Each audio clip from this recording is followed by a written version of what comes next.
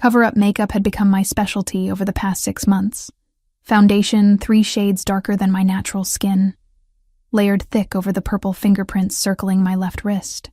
Concealer patted carefully along my collarbone where Tyler's grip had left marks like a necklace I never asked for. The long-sleeved gray shirt I wore to work hid most of it, even though the kitchen at Rossi's was hot enough to make me sweat through my uniform by hour 3. Friday nights were chaos. The upscale Italian restaurant in downtown Chicago attracted a specific crowd. Businessmen closing deals over expensive wine, couples celebrating anniversaries, families spending money they wanted everyone to see them spending. I was 25 years old, 1 semester away from finishing my nursing degree, and I served them all with a smile that felt painted on as thick as the makeup. "Table 12 needs water," Marco, the floor manager, barked as he passed. "And fix your hair. You look exhausted." I was exhausted. Tyler had kept me up until 3 a.m., pacing our apartment, throwing accusations like punches until the actual punches came. My crime this time, refusing to quit school. He wanted me home, available, dependent. The nursing program was my escape plan, though I'd never said that out loud. 6 more months until graduation. 6 more months until I could support myself and Megan without relying on tips and Tyler's increasingly unpredictable moods. I tucked a strand of light brown hair back into my ponytail and grabbed the water pitcher. My reflection in the polished chrome surface showed shadows under my blue-gray eyes that no amount of concealer could hide. 25 going on 50, my classmate had joked last week. She'd meant it kindly, but the truth stung. Table 12 was in the VIP section, cordoned off by velvet ropes and ambient lighting that cost more to install than I made in 6 months.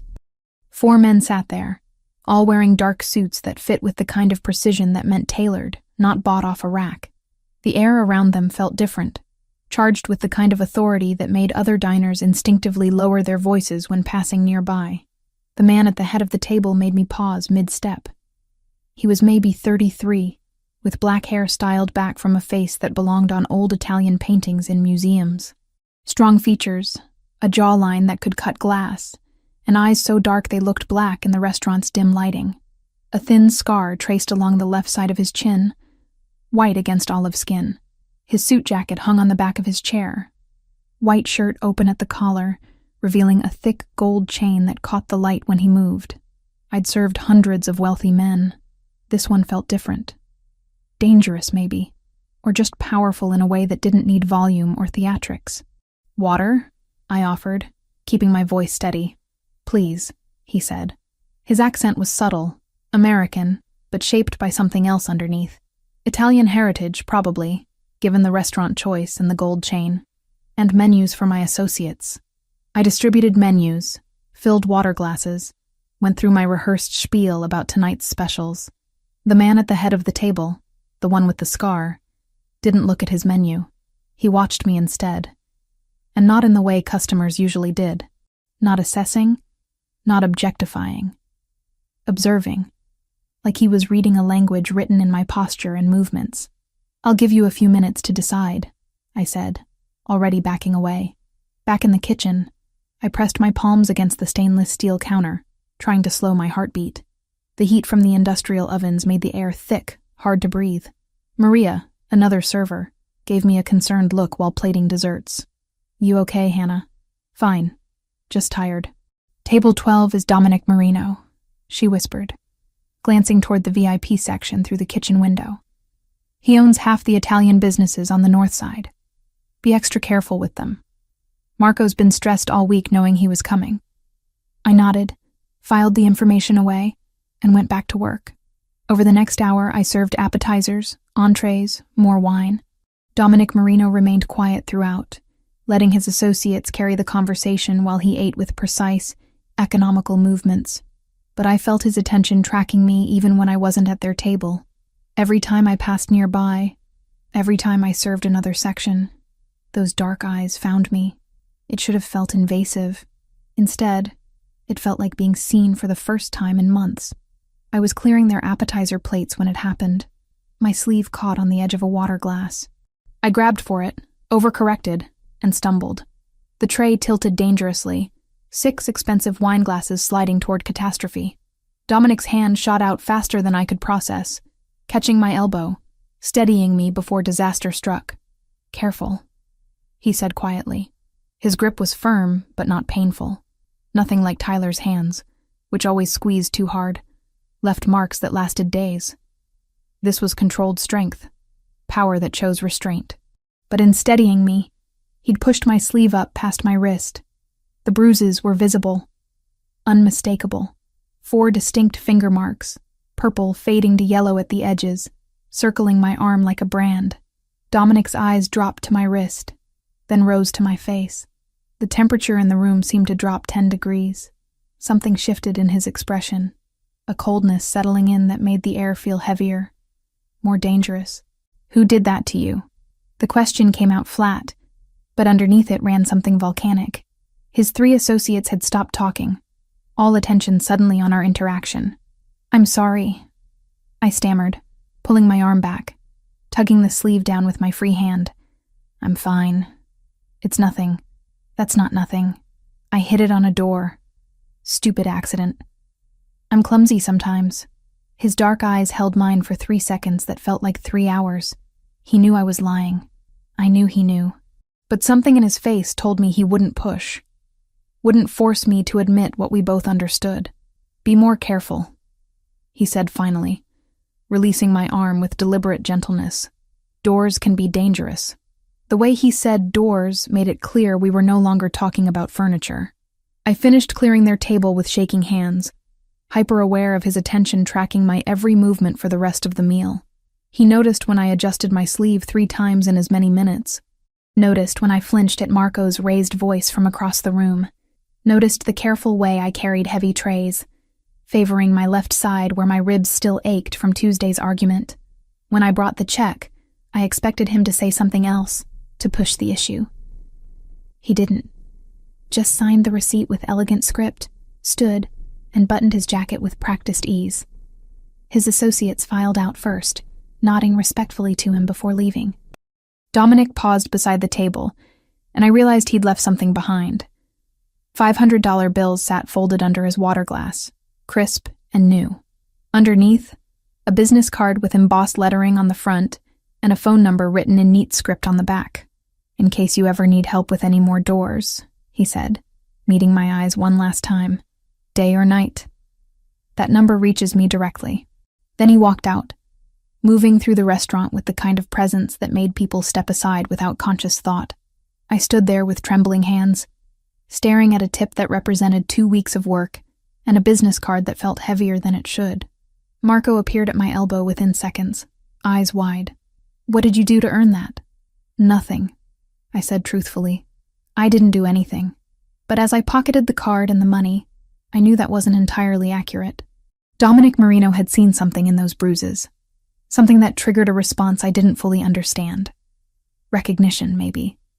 Or rage on behalf of someone he didn't even know. The rest of my shift passed in a blur. I served tables, smiled at customers, avoided Marco's suspicious glances. But my mind kept returning to that moment when Dominic's hand had caught my arm. The careful way he'd held me, like I was something fragile that might break with too much pressure. Tyler had never touched me like that. Not even in the beginning, when things were good. His hands always took, demanded, controlled. This stranger's hands had steadied, protected, then released without expectation. By the time I clocked out at midnight, October rain had started falling, turning Chicago's streets slick and reflecting neon signs in distorted colors. I pulled my thin jacket tighter, already dreading the bus ride home and whatever mood Tyler would be in when I got there. The business card sat in my wallet, right behind my driver's license where I'd see it every time I looked. I should have thrown it away. Should have taken the tip as luck and forgotten the whole encounter. Should have known better than to accept anything from a man like Dominic Marino, whose name Maria had spoken with a mixture of respect and fear. Instead, I traced my fingers over the embossed letters as I waited for the bus, memorizing the number on the back even though I told myself I'd never use it, just in case, because for the first time in 6 months, someone had noticed. Someone had seen past the smile and the makeup and the lies about doors. And that small recognition felt like oxygen after months of suffocating. The bus arrived, doors hissing open. I climbed aboard, found a seat near the back, and watched Chicago blur past the rain-streaked windows. Tomorrow I had an 8-hour clinical rotation at the hospital, then another shift at Rossi's. Tomorrow Tyler would probably apologize like he always did, swear it wouldn't happen again like he always did, make promises we both knew he wouldn't keep. But tonight, I had $500 and a phone number, and the memory of dark eyes that had looked at my bruises with something that felt dangerously close to fury. It wasn't much, but it was more than I'd had this morning. Saturday afternoon hit me like a hangover I didn't earn. 4 hours of sleep, clinical rotation at the hospital from 6 a.m. to 2 p.m., then straight to Rossi's for a double shift that wouldn't end until midnight. My nursing instructor had pulled me aside after rounds to ask if everything was okay at home. The exhaustion must have shown through the makeup. I'd lied, said I was fine, said I'd been studying late. She hadn't believed me, but she'd let it go. The restaurant was already filling up when I arrived, Chicago's wealthy taking advantage of the unseasonably warm October afternoon. By 6 p.m., every table in my section was full, and Marco was snapping orders at me like I was personally responsible for the kitchen being backed up. I was refilling water glasses at table 7 when I saw him through the front window. Tyler. My stomach dropped so fast I nearly spilled water across the white tablecloth. He was weaving slightly on the sidewalk outside, that particular sway that meant he'd been drinking since noon. His shirt was wrinkled, tie loosened, hair disheveled.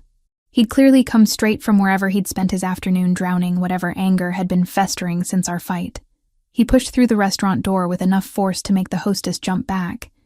His eyes scanned the dining room until they found me, and the expression on his face made my blood freeze. "Hannah!" His voice cut through the ambient dinner conversation like a knife. "We need to talk. Now." Marco appeared from the kitchen, his face already red with stress. "Sir, I'm going to have to ask you to lower your voice or leave. I'm not talking to you." Tyler shoved past the hostess stand, making his way toward my section. "Hannah, did you hear me?" Diners were staring now. A man at table 4 had his phone out, probably ready to call the police. I set down the water pitcher with shaking hands and moved to intercept Tyler before he could reach deeper into the restaurant. "Tyler, please," I said quietly. "I'm working. We can talk later." "We'll talk now." He grabbed my wrist, the same one Dominic had seen bruised last night. His fingers dug into the tender flesh, making me gasp. "You're my girlfriend. You don't get to ignore my calls all day." "Sir, release her immediately or I'm calling the police," Marco said, but his voice held uncertainty.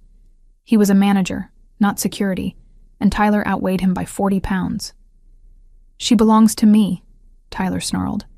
"I don't need your permission to talk to what's mine." He yanked me toward the door.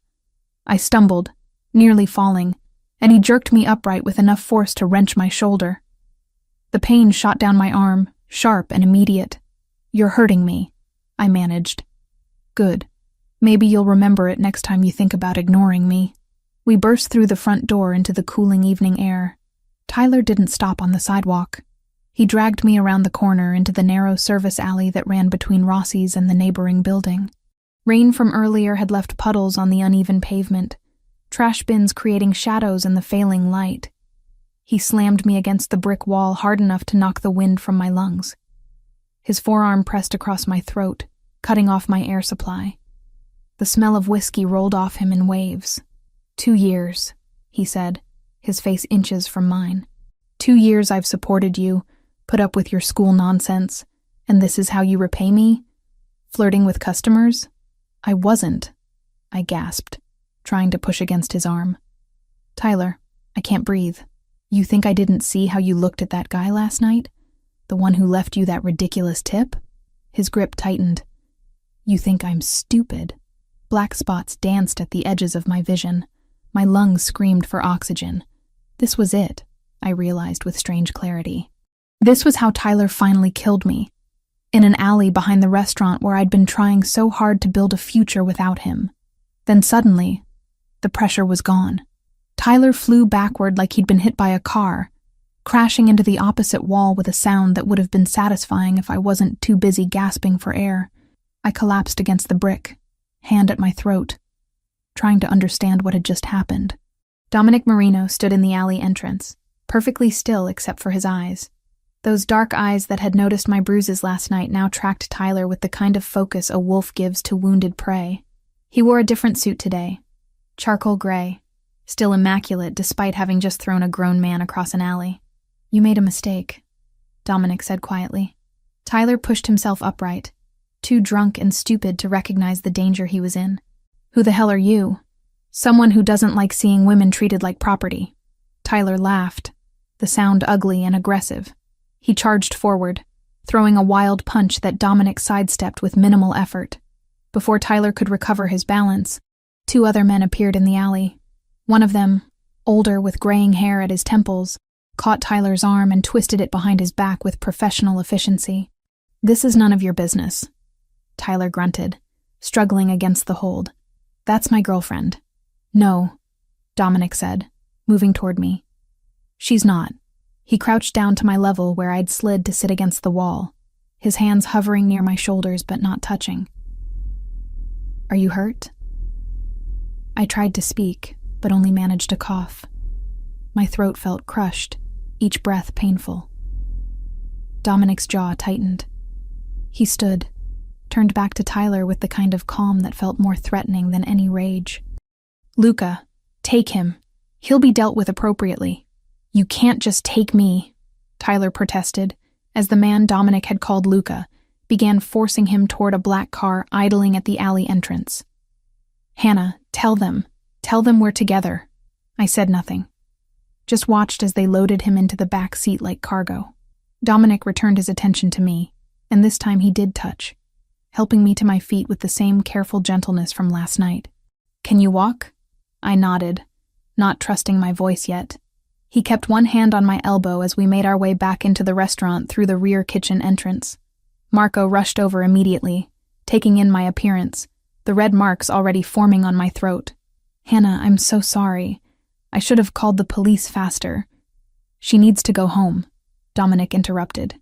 His voice held authority that made Marco's mouth snap shut. "I'll see that she gets there safely.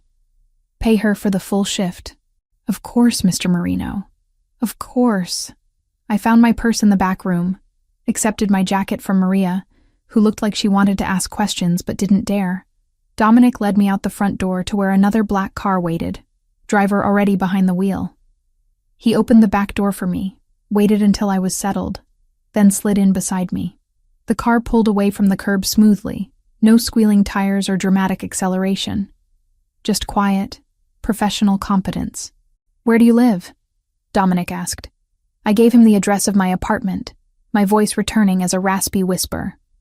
He relayed it to the driver, then turned back to me. "How long?" "What? How long has he been hurting you?" The directness of the question, the way he didn't dance around it or let me pretend, broke something open inside me. 6 months. Maybe longer if you count the verbal stuff. "Why didn't you leave?" "I tried. He found me. Convinced me to come back. Said he'd change." I stared at my hands, at the bruises circling my wrist. And I believed him, because it was easier than being alone. Dominic was quiet for a long moment. The Chicago streets slid past the tinted windows, familiar and foreign at the same time. Finally he spoke. "My father used to beat my mother. Started when I was 5, got worse as I got older. I'd hear her crying in the bathroom at night, see the bruises she'd try to hide." His voice held no emotion, just flat recitation of facts. "When I was 16, I got big enough to stop him. Told him if he ever touched her again, I'd kill him." I looked at him. "Did he?" "No. He died of a heart attack 6 months later. Natural causes, though I can't say I mourned much." He met my eyes. "My mother wasted 20 years on a man who saw her as something to own and break.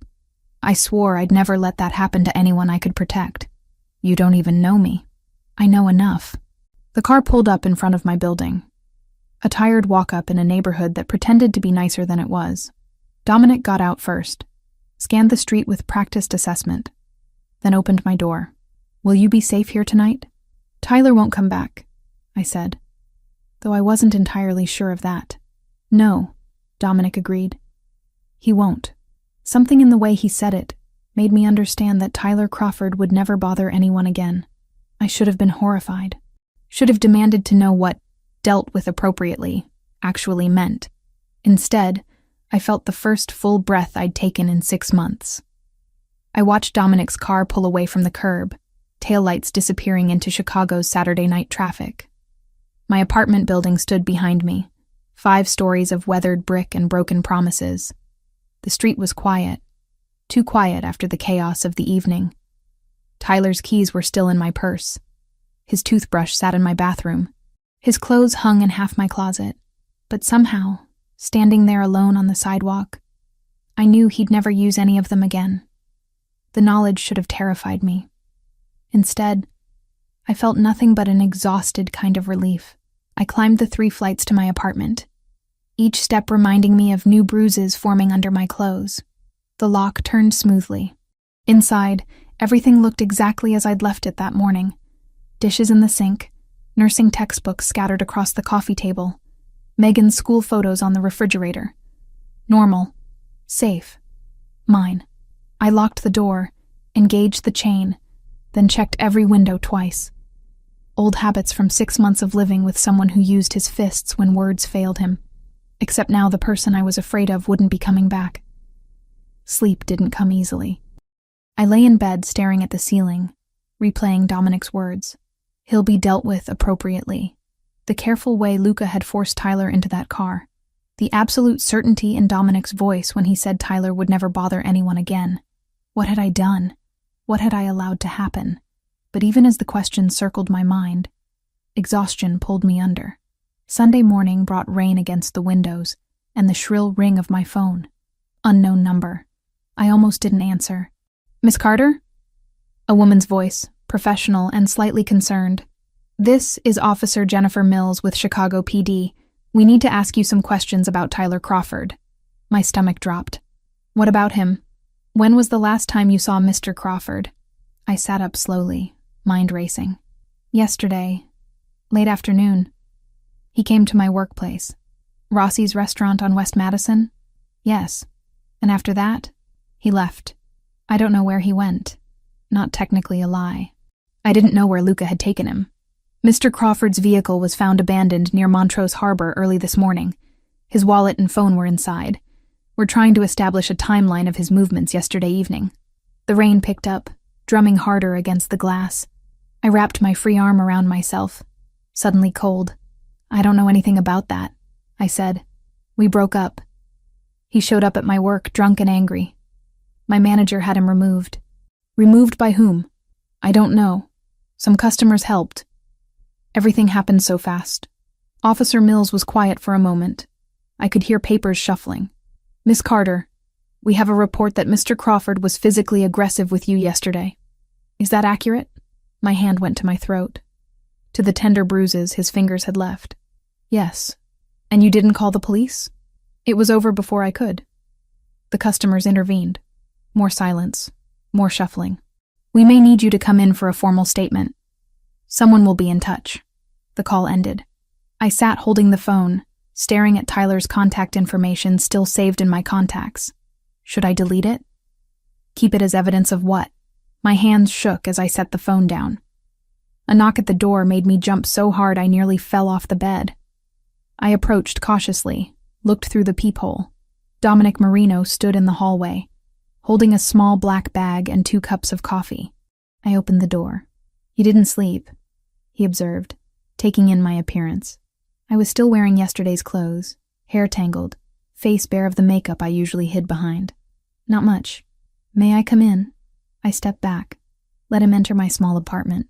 He looked out of place here, too polished and powerful for my second-hand furniture and peeling linoleum. But he moved through the space like he belonged, setting the coffee on my kitchen counter, opening the black bag to reveal medical supplies. "Sit," he said, gesturing to one of my mismatched kitchen chairs. "I'm fine. You're not. And lying about it doesn't help either of us." I sat. He pulled the other chair close, began examining my throat with gentle fingers. The bruises had darkened overnight, Tyler's handprint visible in purple and red. "This needs ice," Dominic said, standing to raid my freezer. He wrapped ice cubes in a dish towel, pressed it carefully against my neck. "Hold it there." 15 minutes. He returned to his bag, Pulled out arnica gel, antibiotic ointment, bandages. Professional supplies, the kind that suggested he'd done this before. The police called. I said quietly. They found Tyler's car by the lake. Dominic's hands didn't pause in their work, spreading gel over the bruises on my wrist. What did you tell them? The truth. That he came to the restaurant drunk. That he was removed. That I don't know where he went after. Good. Is he dead? The question hung between us, heavy and unavoidable. Dominic finished treating my wrist, carefully wrapped it, then met my eyes directly. Tyler Crawford will never hurt you or anyone else again. That's all you need to know. That's not an answer. It's the only answer I'm giving you. His voice was firm, but not unkind. What happened to him was a consequence of his own actions. He put his hands on you. In my world, that has a price. I pulled my hand back, cradling it against my chest. Your world. What is your world exactly? Complicated. I gathered that much from the way everyone at the restaurant treats you. Dominic stood, moved to my kitchen sink, washed his hands with the same methodical care he'd shown treating my injuries. When he turned back, his expression held something I hadn't seen before. Vulnerability, maybe. Or just exhaustion. I grew up watching my father terrorize my mother, he said. Started when I was 5. Got worse every year. He'd come home drunk, find something wrong with dinner or the house or just the way she looked at him. Then he'd use his fists to correct her. He leaned against my counter, arms crossed, but his posture held tension that suggested the memories still cut deep. I was too small to stop it. Could only listen through my bedroom door while she tried not to scream. Tried not to wake me up even though I was already awake, already hearing everything. How old were you when it stopped? 16. I'd gotten big enough by then. Strong enough. Came home one day and found him beating her in the kitchen. Something snapped in me. He looked at his hands like they belonged to someone else. I put him in the hospital for 3 days. Told him if he ever touched her again, I'd kill him. Did he? No. Had a heart attack 6 months later. Doctor said it was stress and poor diet, but I think it was fear. Fear that next time I wouldn't stop at a warning. Rain continued its assault on the windows. Somewhere in the building, a baby cried. Normal sounds of normal life. My mother wasted 20 years on a man who saw her as property to damage. Dominic continued. By the time she was free, she'd forgotten who she'd been before him. That's what men like Tyler do. They don't just hurt you physically. They erase you piece by piece until there's nothing left but fear. I was going to leave, I said. After graduation. I had it planned. New city, new job. He wouldn't have been able to find me. Maybe. Or maybe he would have. And next time there wouldn't be anyone to pull him off you. Dominic moved back to the table, crouched down so we were eye level. I'm not asking for gratitude. I'm not asking for anything. But I need you to understand that what happened to Tyler wasn't random violence. It was protection. Of you. Of the next woman he would have hurt. Of everyone his existence threatened. The ice had melted in the towel I held against my throat. Dominic took it from me. Disappeared into my bathroom. Returned with a fresh, cold compress. The police will investigate, he said, pressing the new compress into my hand. They'll ask questions. They'll probably talk to you again. All you know is that Tyler showed up at your workplace drunk and aggressive. Customers intervened, and you never saw him after that. The truth. Selective truth. The safest truth. He stood, packed up his medical supplies with efficient movements. At my door, he paused. I'm having someone watch your building for the next few days. Why are you doing this? Because no one did it for my mother. Because I can. He opened the door, then looked back one more time. And because when I saw those bruises on your wrist Friday night, I recognized them. Recognized what they meant. What they would keep meaning if someone didn't stop it. Then he was gone, leaving me alone in my apartment with ice against my throat and questions I knew better than to ask. Monday brought more police. A detective this time, older, with tired eyes and a wedding ring worn thin from years of wear. He sat across from me in my living room, asking the same questions Officer Mills had asked, looking for inconsistencies that didn't exist because I'd told the truth. Just not all of it. You and Mr. Crawford were in a relationship for 2 years, Detective Williams said. reviewing his notes. Were there previous incidents of violence? Yes. Did you ever file a report? No. Why not? Because Tyler had convinced me it was my fault. Because filing a report would have made it real. Because I was ashamed. I gave the detective a simpler answer. I was scared. He nodded like he'd heard it before. Probably had. The customers who intervened at the restaurant Saturday night. Can you describe them? It happened fast. I was focused on breathing. But you saw them. Dark suits, professional looking. I didn't get names. The restaurant manager said one of them was Dominic Marino. My face remained carefully neutral. I don't know who that is. Detective Williams studied me for a long moment. We both knew I was lying. We both knew he couldn't prove it. Miss Carter, if you know something about Mr. Crawford's whereabouts... I don't. It would be better to tell us now. I told you everything I know. He left his card. Said to call if I remembered anything else. I put it in the drawer with Dominic's cards and tried not to think about how my life had become a collection of phone numbers I might never use. That afternoon, my phone rang again. Not police this time. A lawyer. A smooth voice with expensive diction, saying Dominic had retained his services on my behalf should I need legal representation during the investigation into Tyler's disappearance. I thanked him.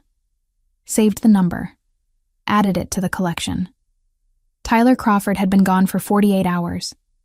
His car sat in an impound lot waiting for forensics that would find nothing useful. His apartment remained untouched. Rent paid through the end of the month by automatic withdrawal. And I went to class Monday evening like nothing had changed. Took notes on pharmacology and wound care. Practiced starting IVs on rubber arms that didn't bruise. Normal, safe, mine. The bruises on my throat would fade. The ones on my wrist already looked better thanks to Dominic's careful treatment.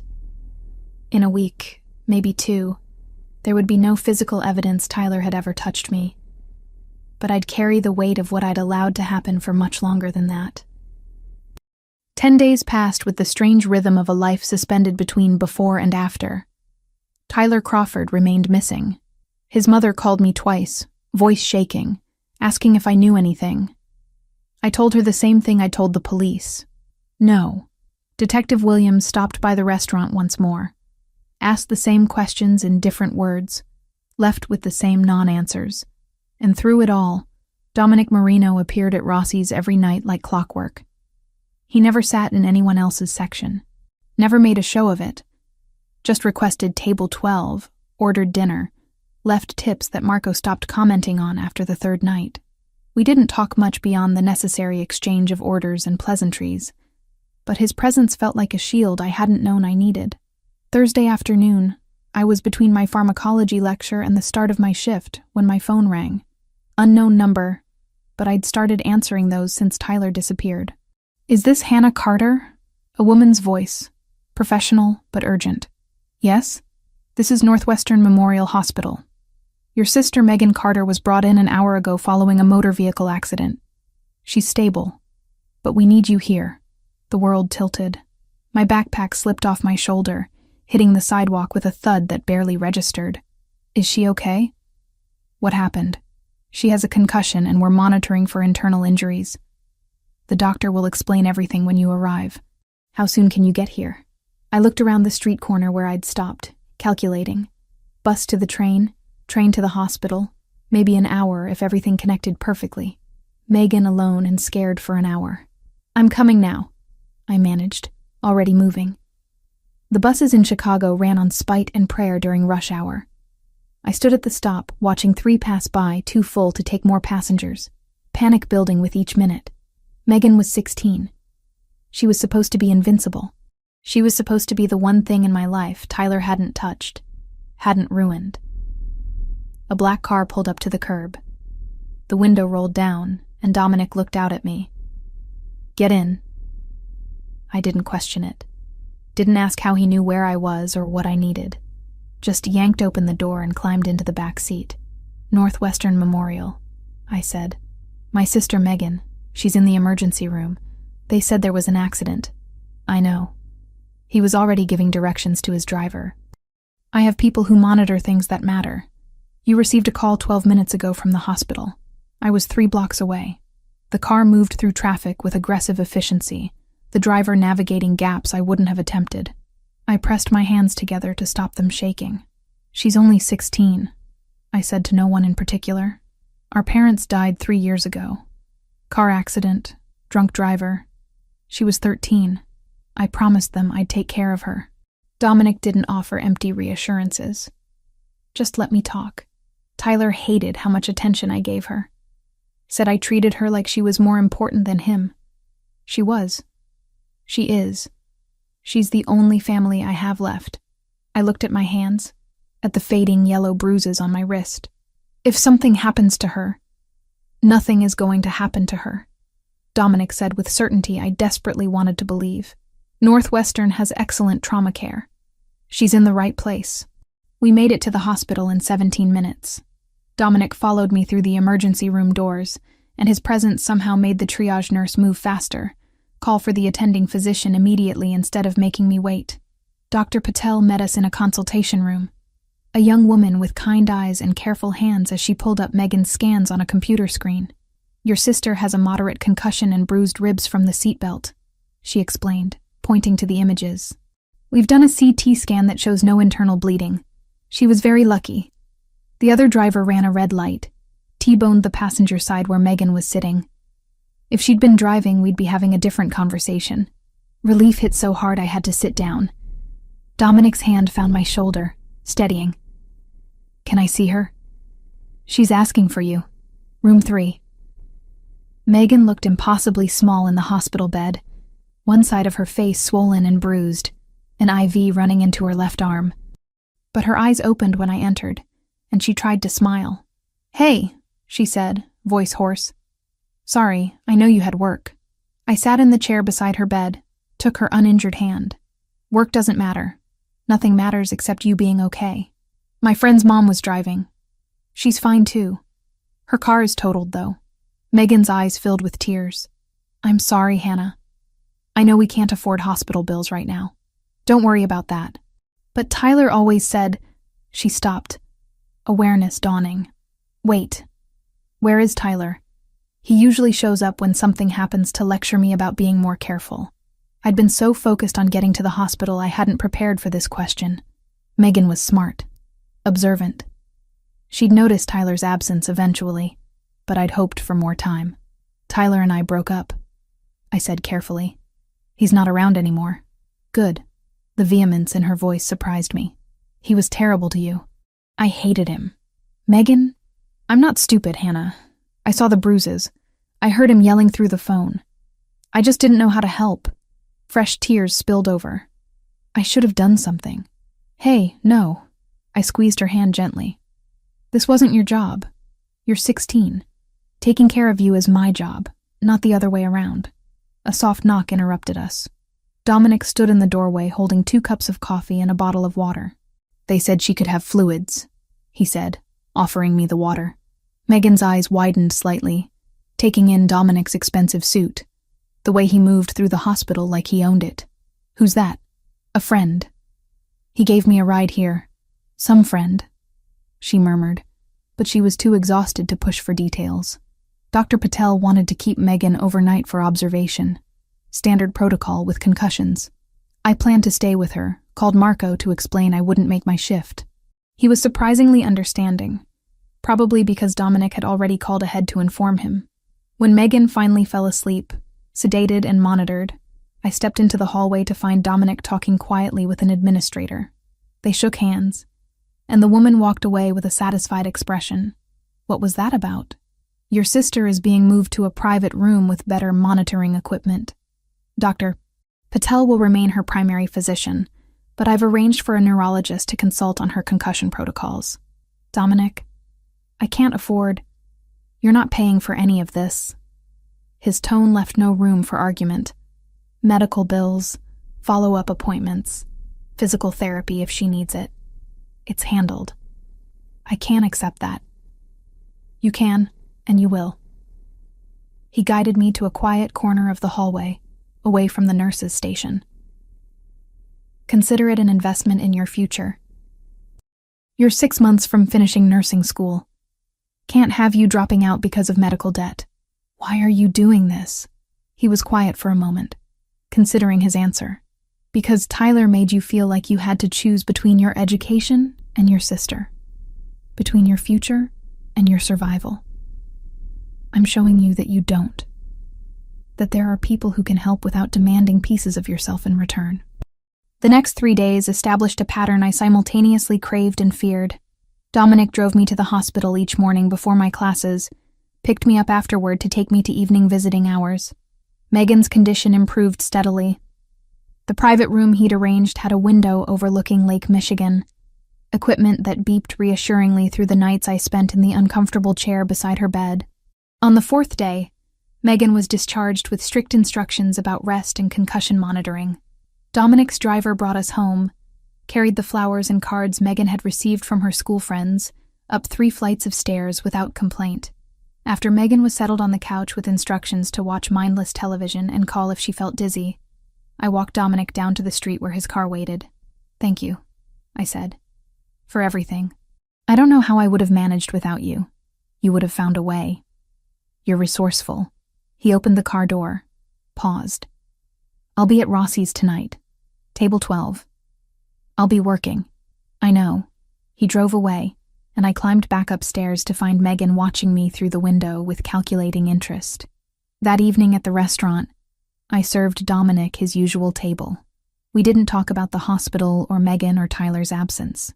Just went through our familiar routine. Wine, appetizers, entrees, the kind of easy conversation that felt like coming home. Luca, the man who'd helped remove Tyler from the alley, sat with Dominic. As I cleared their dessert plates, I overheard fragments of conversation. "The Russian organization is asking questions," Luca said quietly. "They know you've been spending time with someone. They're looking for leverage. Then they'll be disappointed." Dominic's voice held steel. "Hannah is under my protection. That's not negotiable. Protection is one thing. But if this becomes more than that, if she becomes something you care about beyond obligation, they'll exploit it. You know how this works. I know exactly how it works, which is why I'm prepared." I pretended not to hear, moved to the next table, but the conversation stayed with me. Russian organization, leverage, exploitation. Words that painted a picture of danger I was only beginning to understand. When Dominic left that night, he placed his usual generous tip under his water glass, but underneath was a new card, with an address written in his handwriting. "Dinner," he said as he passed me. "Tomorrow night, not here. Somewhere we can actually talk." I pocketed the card and watched him leave, already knowing I'd go even as every rational part of my brain screamed that getting closer to Dominic Marino meant stepping deeper into a world that would change me in ways I couldn't predict. But he'd saved me from Tyler, cared for Megan without hesitation, shown me kindness that expected nothing in return. For the first time in 6 months, someone saw me as more than an obligation, or a target, or a burden. And that feeling was more dangerous than any Russian organization could ever be. Megan came home on a Wednesday afternoon, 2 weeks after the accident that had nearly given me a heart attack. The security system Dominic's people installed took 3 hours, involved cameras I couldn't see, and sensors on every window. The technician, a quiet man who spoke only when necessary, handed me a card with instructions and a number to call if anything malfunctioned. "Mr. Marino wants you to feel safe," he said before leaving. Megan watched the installation from the couch, ice pack against her ribs, curiosity written across her healing face. When we were finally alone, she didn't waste time. "So, who is he really?" she asked. "The guy who paid for my private room and the neurologist and apparently our new Fort Knox security system. Someone who helps people. That's not an answer.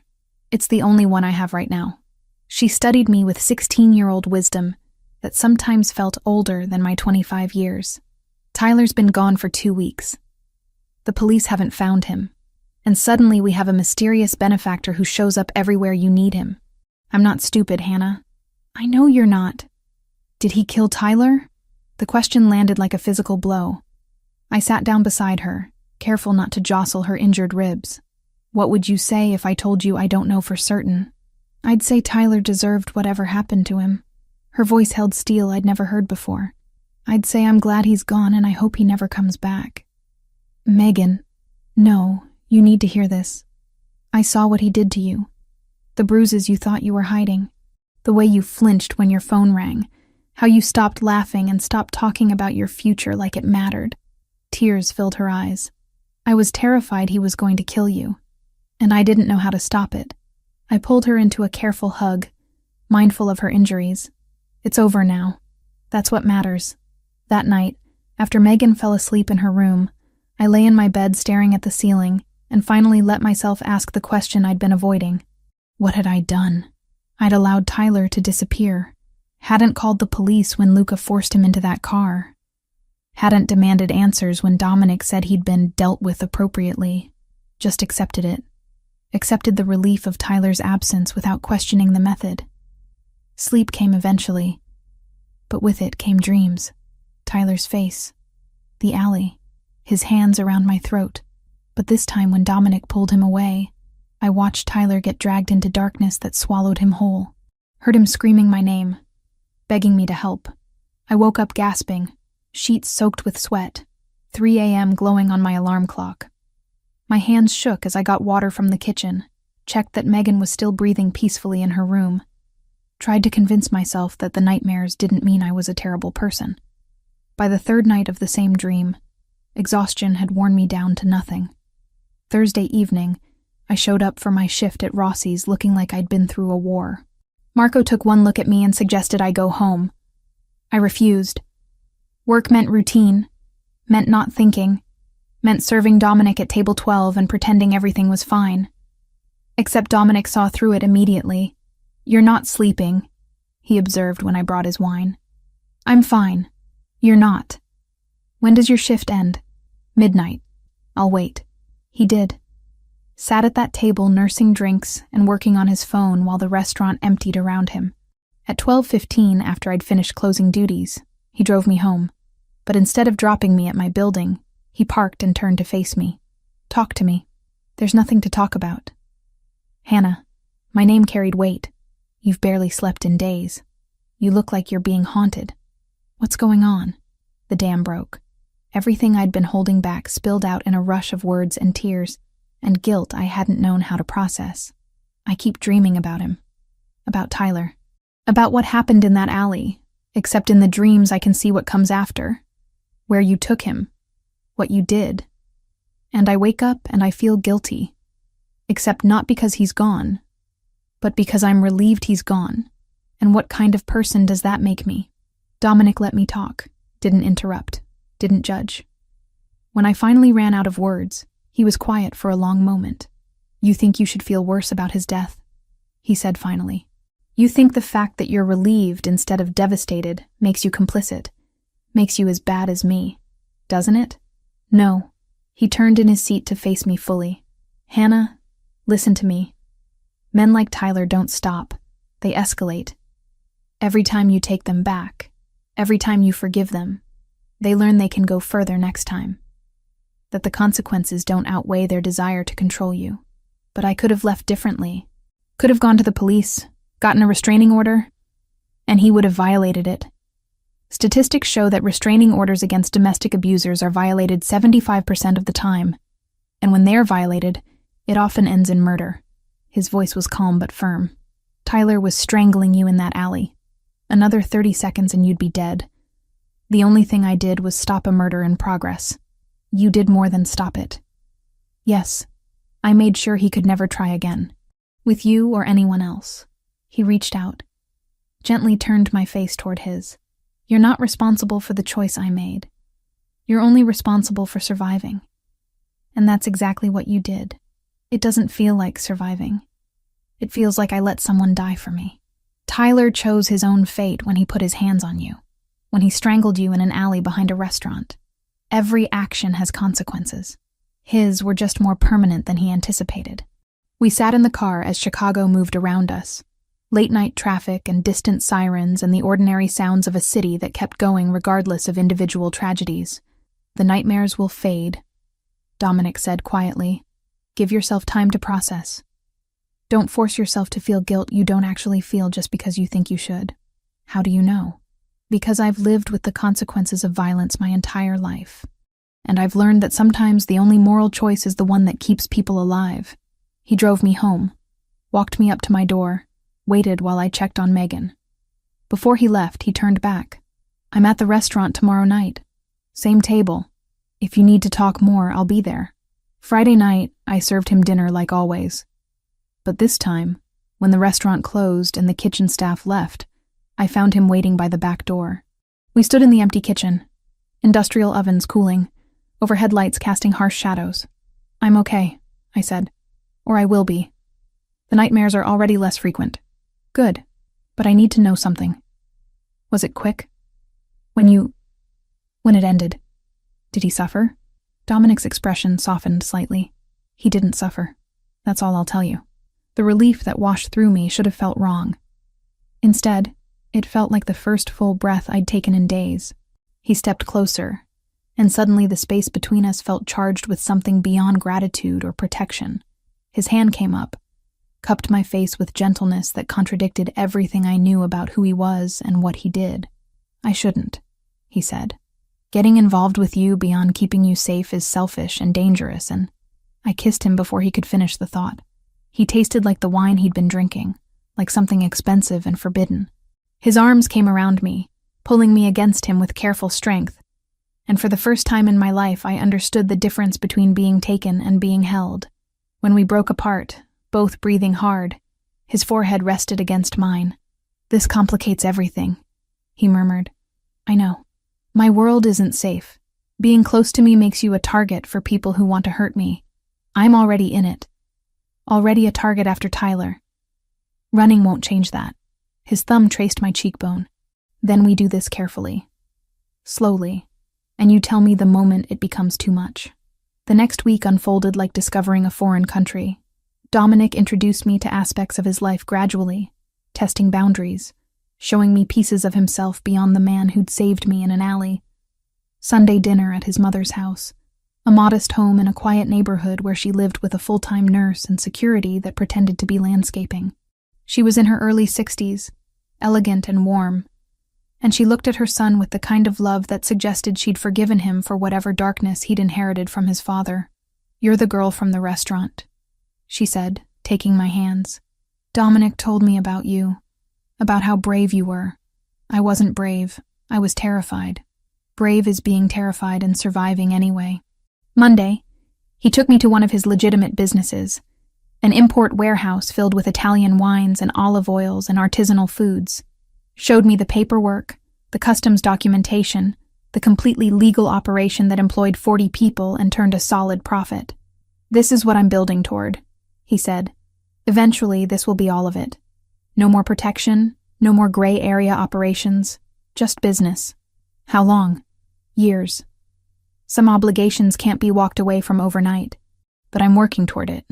Luca became a more regular presence, sitting with Dominic at dinner, engaging me in conversation that felt like gentle vetting, making sure I understood what I was getting into without stating it outright.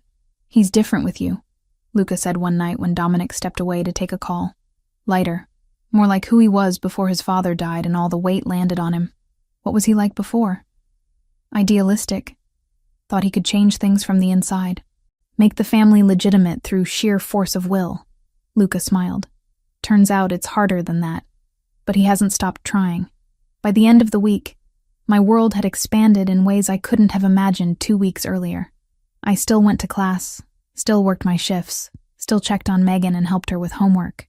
But now there was this other life layered underneath, full of complications I was only beginning to understand. Friday night, Dominic met me after my shift. We walked along Lake Michigan, cold October wind making me grateful for the jacket he'd thought to bring for me. "Are you sure about this?" he asked. "About me? Because once you're really in, once people know you matter to me, there's no going back to invisible."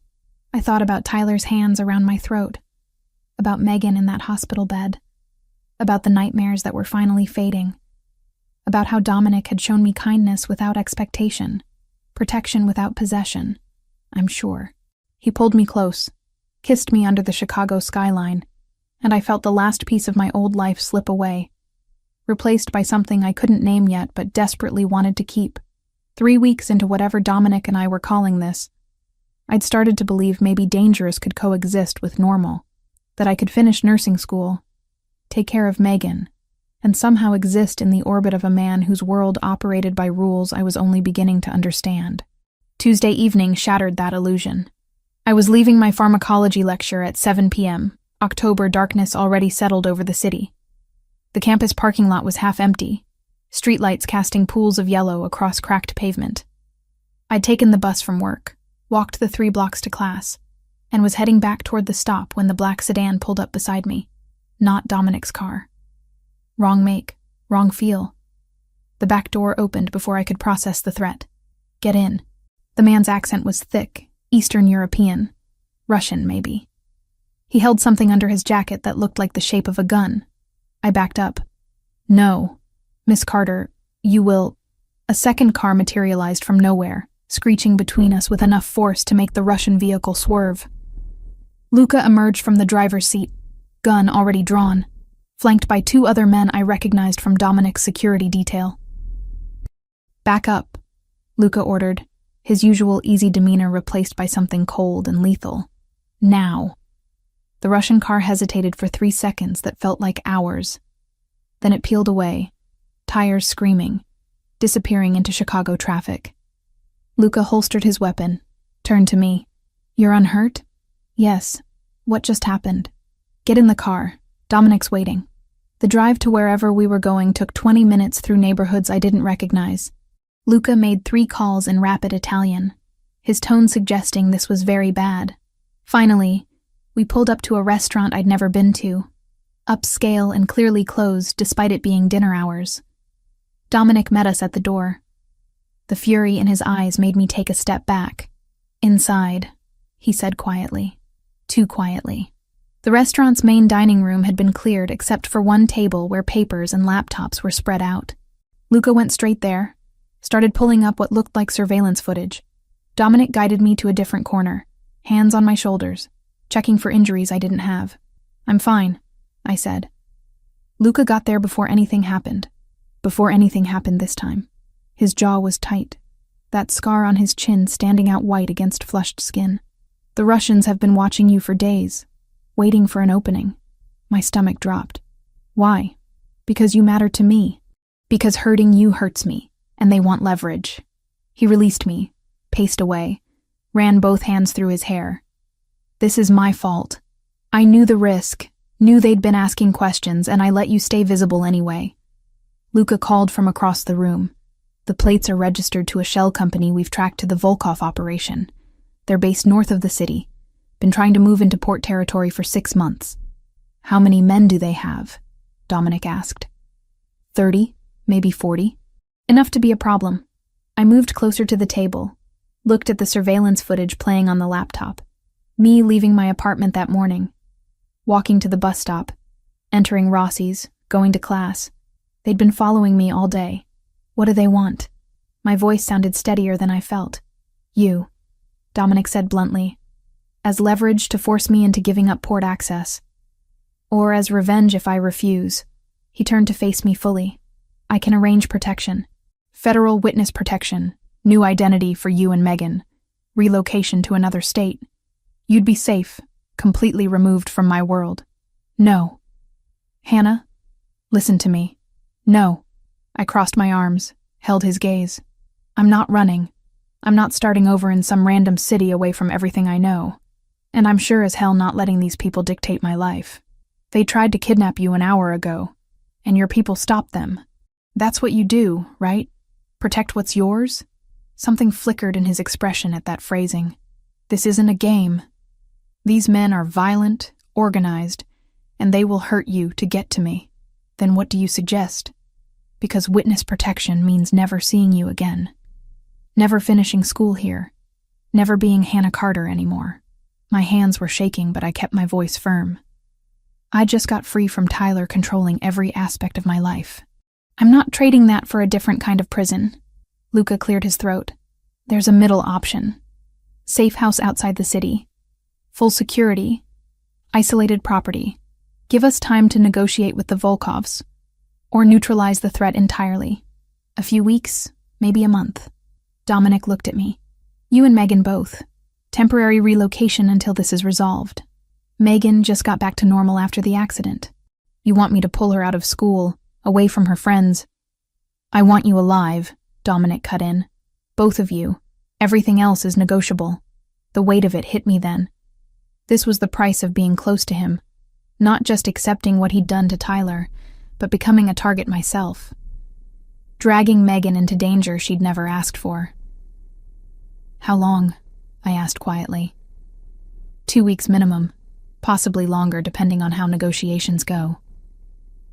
I thought about Megan, about the security system already on our apartment, the way she'd started sleeping through the night again without nightmares, about taking her somewhere isolated where she'd feel like a prisoner.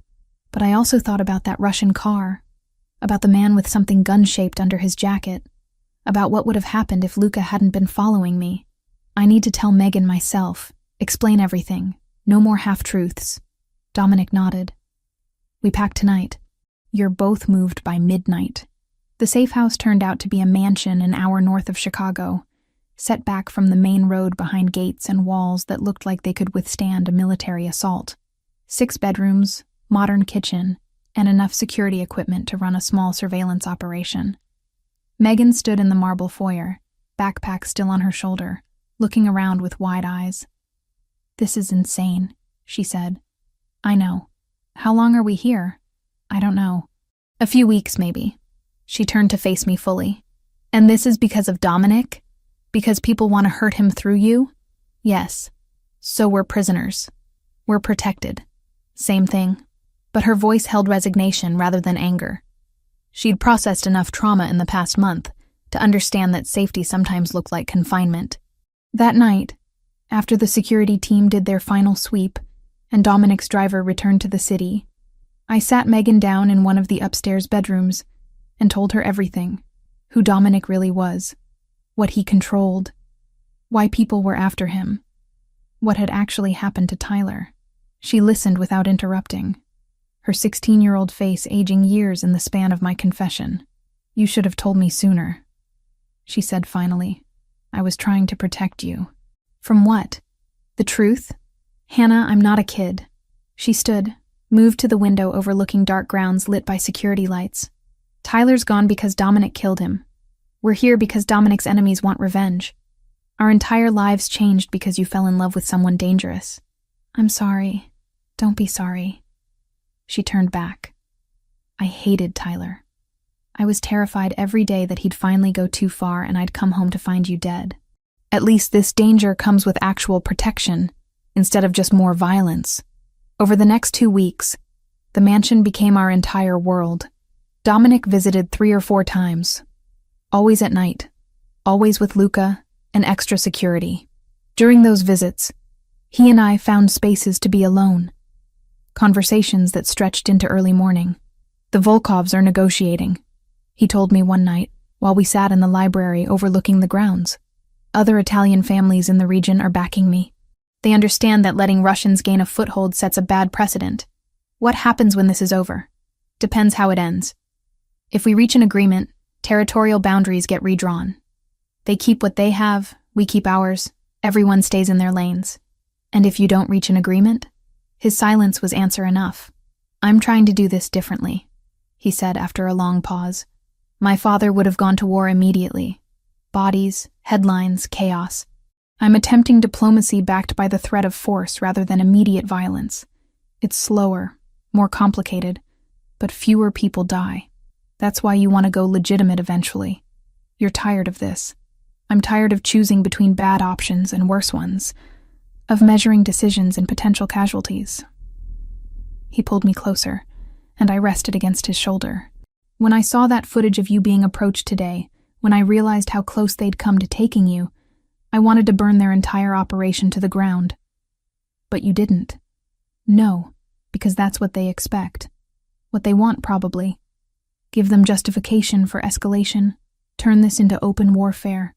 His arm tightened around me. You make me want better outcomes. More careful choices. A future that isn't just measured in body counts and territory.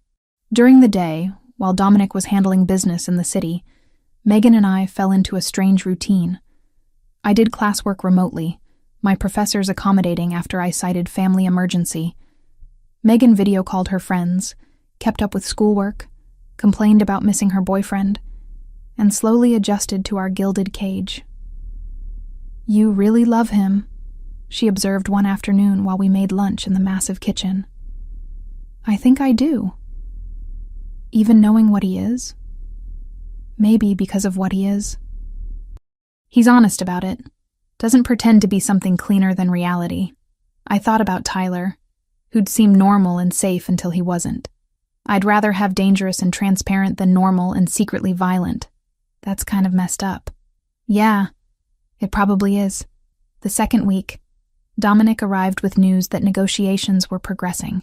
The Volkovs had agreed to a summit meeting, neutral territory, all major families represented. If it went well, Hannah and Megan could go home within days. "And if it doesn't go well?" I asked.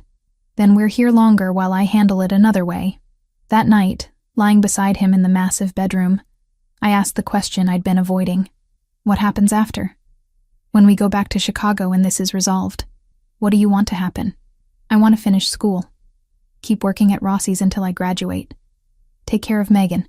I paused. "And I want to keep seeing you. Keep this, whatever it is. It won't be safe. Even after the Russians back down, there will be others. People who see you as weakness to exploit." "I know. And you still want it?" I thought about the past month. About Tyler's death and Megan's accident and Russian kidnappers and living in a mansion that was really a prison. About Dominic's hands treating my bruises with gentleness Tyler had never shown. About the way he looked at me like I mattered more than territory or power, or any of the things his world valued. I still want it. He kissed me then, slow and deep, and for those few hours the danger and complications faded into something simpler. Just two people choosing each other despite every reasonable argument against it.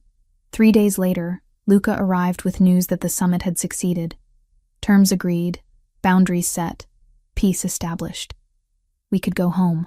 Megan actually cried with relief. I felt it too. That desperate need for normal life, even though I knew normal would never look quite the same again. Dominic drove us back to Chicago personally, made sure the apartment security was reinforced, stayed while we unpacked the few things we'd taken. Before he left, he pulled me aside. "This won't be the last threat. You understand that?" "I understand. And you're still choosing this. Choosing me. I'm still choosing you." He left, and I stood in my small apartment that felt enormous after 2 weeks in a mansion, and tried to convince myself I'd made the right decision. Megan appeared beside me, backpack over her shoulder, heading to her room. "You did, you know," she said. "Did what?" "Make the right choice. For both of us." She smiled slightly. "At least this way we know what we're up against." Returning to normal life felt like trying to fit into clothes that no longer matched my shape. Everything looked the same on the surface. My apartment, my shifts at Rossi's, my nursing classes. But I moved through it all like a ghost, hyper-aware of the security cameras Dominic's people had installed, the way Luca's men watched from unmarked cars on my street. The weight of knowing I'd chosen this. 3 days after coming back from the safe house, Dominic asked me to dinner. Not at a restaurant, but at a brownstone in a quiet neighborhood I'd never visited.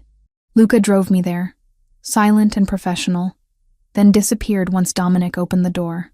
"This is one of my properties," Dominic explained, leading me through tastefully furnished rooms. "I use it for meetings that need privacy. Tonight, it's just us." He'd cooked. Actual cooking, not takeout disguised on nice plates. Pasta with a sauce that smelled like someone's grandmother had spent hours perfecting it. Fresh bread. Wine that probably cost more than my textbooks. "You cook?" I asked, surprised. "My mother insisted I learn. Said no woman should have to take care of a man who couldn't feed himself."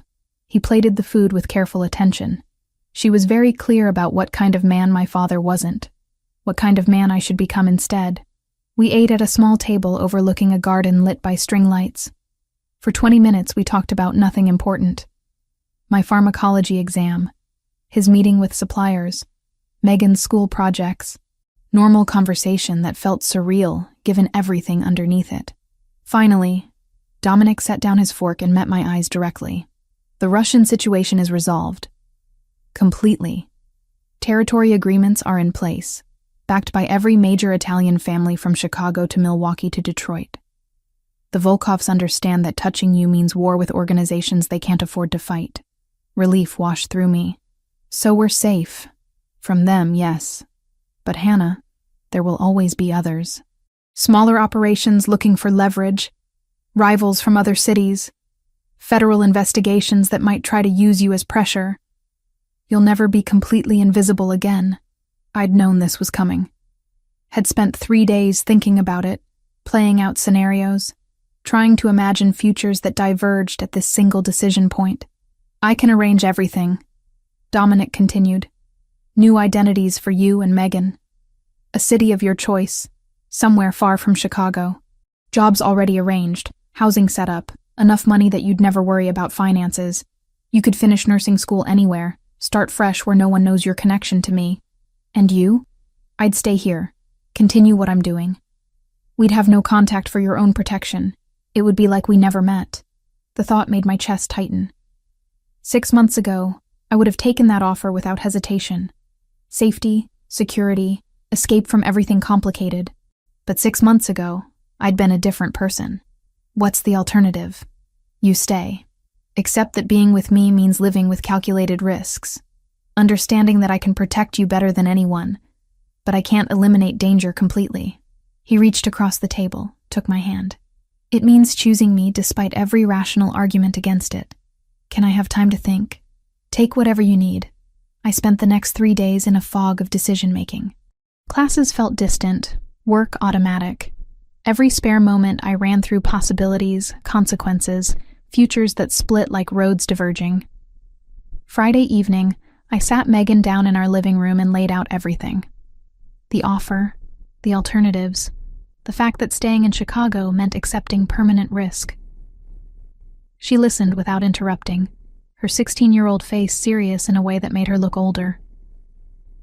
"What do you want to do?" she asked when I finished. "I don't know." "That's why I'm asking you. This affects your life too. Hannah, you've spent 3 years making decisions based on what's best for me. What keeps me safe, what gives me opportunities. You stayed with Tyler longer than you should have because leaving would have meant financial instability for both of us.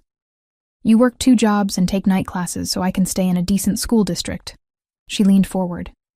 "For once, make a decision based on what you want. I want both things.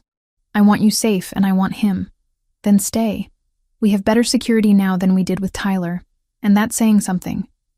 At least this danger comes with people actively protecting us instead of being the source of the danger." Saturday, I met Luca at a coffee shop near campus. He'd suggested it, said Dominic wanted me to talk to someone who'd been in this world longer, who could give me perspective without emotional investment. "He told you to be honest with me," I said after we both had coffee. "He told me to tell you the truth, even the parts that make him look bad." Luca stirred sugar into his espresso. "So here it is. Being with Dominic means you'll always be looking over your shoulder. It means teaching Megan to check under her car before starting it. It means never posting your location on social media, never getting too comfortable, never fully trusting people outside our circle. That sounds exhausting." "It is. But it also means you'll have protection most people can't imagine. Resources, connections, people who will move heaven and earth to keep you safe because keeping you safe keeps him whole." Luca set down his spoon. "I've worked for Dominic for 15 years. Watched him build this organization from the ground up after his father died. He's careful, strategic, and he doesn't make mistakes often. But you, Hannah, you're his biggest vulnerability and his greatest motivation to do better, to be better." "How do you mean?" "He's been talking about going fully legitimate for years. Empty talk, mostly, because the reality is complicated and messy and takes time. But since he met you, he's actually taking steps, delegating operations he doesn't want to be involved in anymore, building legitimate businesses that can sustain the family without criminal activity, planning an exit strategy that actually has teeth." Luca met my eyes. "You make him want a future that isn't measured in territory and violence. That's rare. That's worth something." Monday morning, I called Dominic and told him my decision. "I'm staying. Megan and I both. But I have conditions." "Name them." "I finish my last semester without interference. No pulling me out of class for emergencies unless someone is literally dying. Megan goes to school normally, has friends, dates when she's ready. I don't want her growing up afraid. Agreed. And I don't want to know details about the parts of your business that aren't legal. If you have to do something, do it. But don't bring it home. Don't make me complicit by knowing. His pause lasted 3 seconds. That's fair. Anything else? Yeah. No lies between us about the big things. I can handle brutal honesty better than comfortable deception. I can do that. That week, Dominic's people upgraded our apartment security again. Better cameras, reinforced locks, panic buttons in every room that connected directly to Luca's phone. Megan complained it felt like living in a bunker. I told her bunkers kept people alive. Thursday evening, Dominic took me to meet his mother properly. Not the brief introduction we'd had before, but a real dinner where I was being presented as someone important. She lived in a modest home in a quiet suburb, the kind of place that looked completely ordinary from the outside. Inside, it was warm and full of photos. Dominic at various ages, relatives I didn't recognize, candid shots that captured joy I hadn't seen much of in his current life. "Hannah," she said, taking my hands in both of hers. "Dominic told me what you've been through, what you survived." I glanced at him, uncertain how much she knew. "She knows everything," he said quietly. "I don't keep secrets from my mother. Then you know I'm not exactly an ideal choice for your son." Her laugh was warm and genuine. Ideal according to whom? The people who think my family is cursed? The ones who see Dominic as nothing more than his father's legacy? She guided me to the couch, sat beside me. "Let me tell you something. I spent 20 years with a man who saw me as property, who used his fists whenever I showed independence or questioned his decisions. I survived, but barely, and I lived every day terrified that my son would become him." She looked at Dominic, who stood near the kitchen, giving us space. But he didn't. He saw what his father was and chose to be different.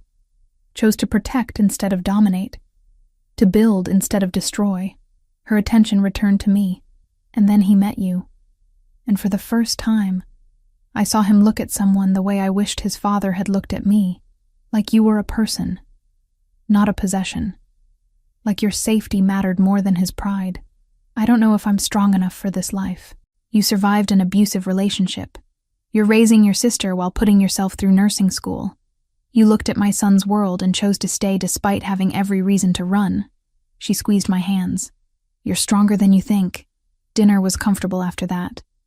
Stories about Dominic as a child, embarrassing moments his mother shared while he protested. Normal family dynamics that felt impossible given everything else. When we left, his mother hugged me tightly at the door. "Take care of each other," she said. "That's all that matters in the end." In the car driving back to my apartment, Dominic was quiet. Finally, he spoke. "She likes you. I like her too. She's been through hell. She has. That's why I needed you to meet her. To understand why I reacted the way I did when I saw your bruises that first night. Why Tyler's fate was sealed the moment he put his hands on you. Because she was never protected. Because she was never protected. And I was too young to stop it until I wasn't. And I swore that any woman in my life would never experience what she did. We pulled up to my building. Dominic walked me upstairs.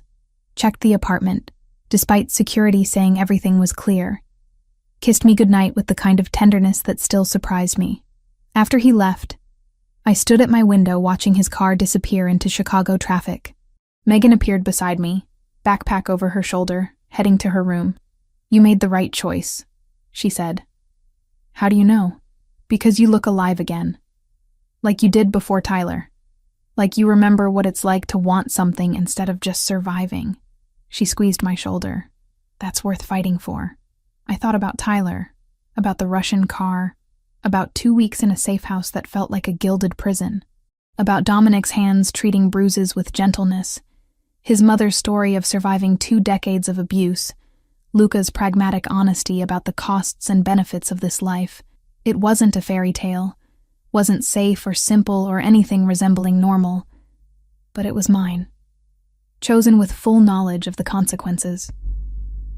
And for the first time since my parents died, since Tyler's first closed fist, Since the weight of the world landed on my shoulders, I felt like I was living, instead of just enduring. That would have to be worth the risks we were taking. 6 months after that rainy Friday night, when Dominic Marino first noticed bruises on my wrist, I walked across a stage in a black cap and gown to accept my nursing degree. My hands didn't shake when they called my name. I'd earned every credit hour through night classes and clinical rotations that left me exhausted, through Tyler's abuse and his disappearance, through Russian threats and 2 weeks in a safe house, through choosing a life that looked nothing like the safe, normal future I'd once imagined. Megan sat in the 3rd row, screaming loud enough that people turned to stare. Beside her, Dominic stood clapping, wearing a suit that probably cost more than my entire education. His mother sat on his other side, dabbing at her eyes with a tissue. They'd all come. My strange, complicated family held together by choice rather than blood.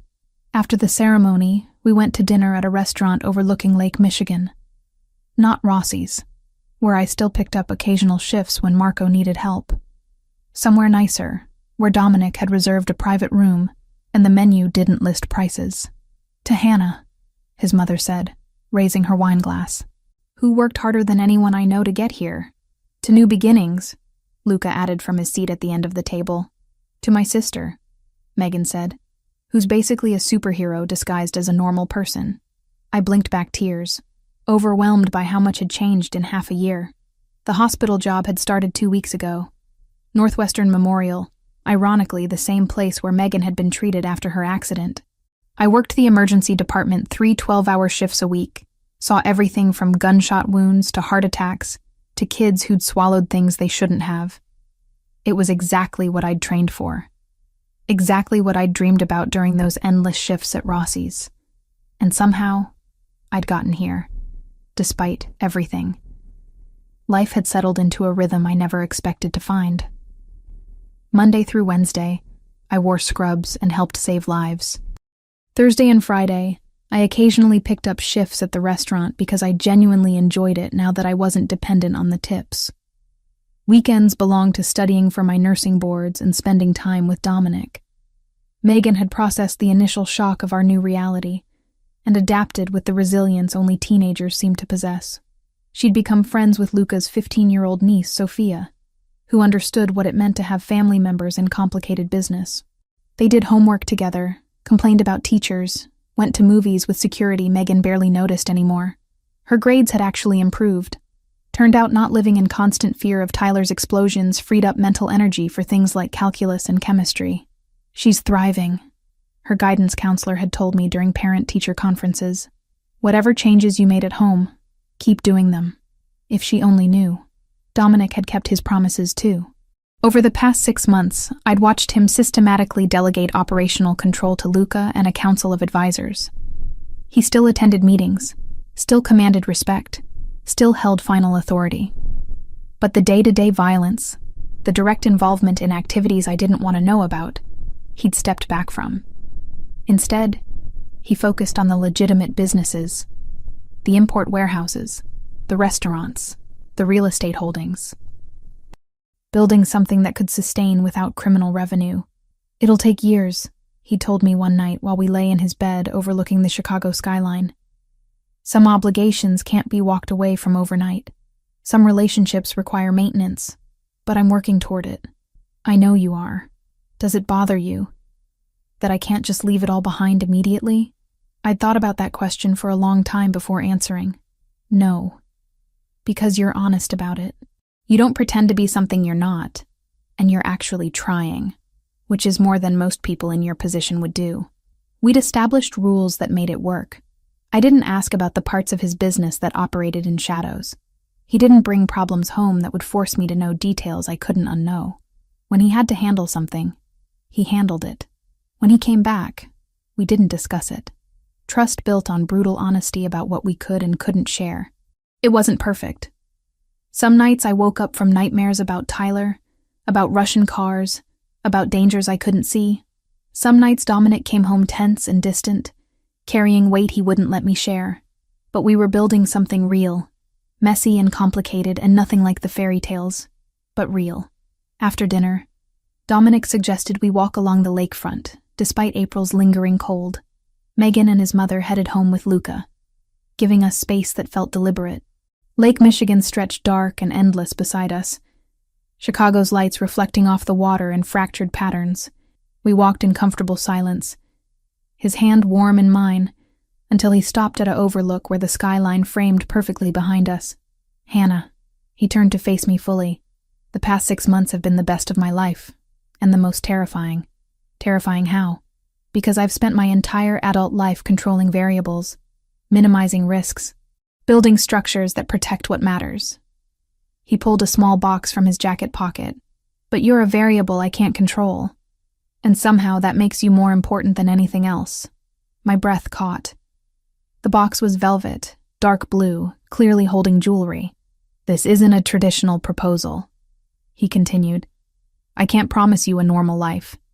Can't promise there won't be more threats, more complications, more moments where you question whether this is worth it." He opened the box, revealing a ring with a single diamond, elegant and understated. "But I'm promising that I will spend every day working toward giving you the safest, freest life I can build, that you and Megan will always be protected, that I will never stop trying to deserve you." I stared at the ring, at his face, at the vulnerable hope in his dark eyes. "You're asking me to marry you. I'm asking you to build a future with me, knowing what that means, knowing what I am and what I'm trying to become." He took the ring from the box. No illusions, no false promises, just commitment to keep choosing each other despite everything working against us. 6 months ago, I'd been a different person. Trapped with Tyler, surviving rather than living, believing my future was measured in semesters completed and bills paid rather than dreams realized. Now, I stood on the shore of Lake Michigan with a man who'd killed for me, protected me, showed me what it meant to be valued rather than possessed. A man whose world was dangerous and complicated, and nothing I'd ever imagined wanting. And I knew my answer before he finished speaking. Yes. He slid the ring onto my finger with hands that trembled slightly. Then he kissed me while Chicago moved around us, oblivious to the small miracle of 2 people choosing impossible love over safe loneliness. We didn't tell anyone immediately. Kept it private for a week, learning how the weight of the ring felt, adjusting to the promise it represented. But eventually, word spread. His mother cried and hugged me so tightly I couldn't breathe. Luca shook his head with a smile that suggested he'd seen this coming long before we did. Megan screamed and demanded to be maid of honor, despite the wedding being theoretical and far in the future. Life continued its strange rhythm. I worked my hospital shifts, helped trauma victims and cardiac arrests and everything in between. Dominic attended meetings, expanded businesses, gradually built the infrastructure for eventual legitimacy. 2 weeks after the engagement, I was finishing a particularly brutal 12-hour shift when my phone buzzed with a text from Megan. "Got an A on my calculus exam. Sophia and I are celebrating with pizza. Don't wait up." I smiled, sent back congratulations, and headed for the exit. The emergency department was finally quiet after hours of chaos. My scrubs were stained, my feet hurt, and I wanted nothing more than sleep. Dominic's car idled at the curb, him leaning against it with that same intense focus he'd shown the first night we met. "You didn't have to pick me up." "I wanted to." He opened the door. "Megan texted me too. Figured you'd be exhausted." During the drive back to my apartment, which I still maintained even though I spent most nights at his place, I watched Chicago slide past the windows, the city that had been backdrop to Tyler's abuse, to Russian threats, to transformation I never saw coming. "What are you thinking?" Dominic asked. "That 6 months ago I couldn't have imagined this. Any of it. Is that good or bad?" I looked at the ring on my left hand, at the man beside me who'd walked into a burning alley to save me, at the life we were building from impossibility. "It's good. Complicated and messy and nothing like I planned. But good." He reached over, laced his fingers through mine. We drove through Chicago, while the city breathed around us, full of other people living other complicated lives. Somewhere, Detective Williams had probably closed Tyler Crawford's missing persons case as cold. Somewhere, the Russian organization went about their business in territories we'd negotiated. Somewhere, people I'd never meet were making choices that would ripple through worlds I'd never fully understand. But in this car, With this man, wearing this ring and carrying knowledge of who I'd become, I felt something I hadn't experienced in years. Peace. Not safety. Not certainty. Just peace with the choices I'd made and the future I was building. It would never be a fairy tale. Would always carry risks normal people never faced. But it was mine. Chosen consciously. Built on foundation of honesty rather than illusion. And that was worth everything I'd survived to get here.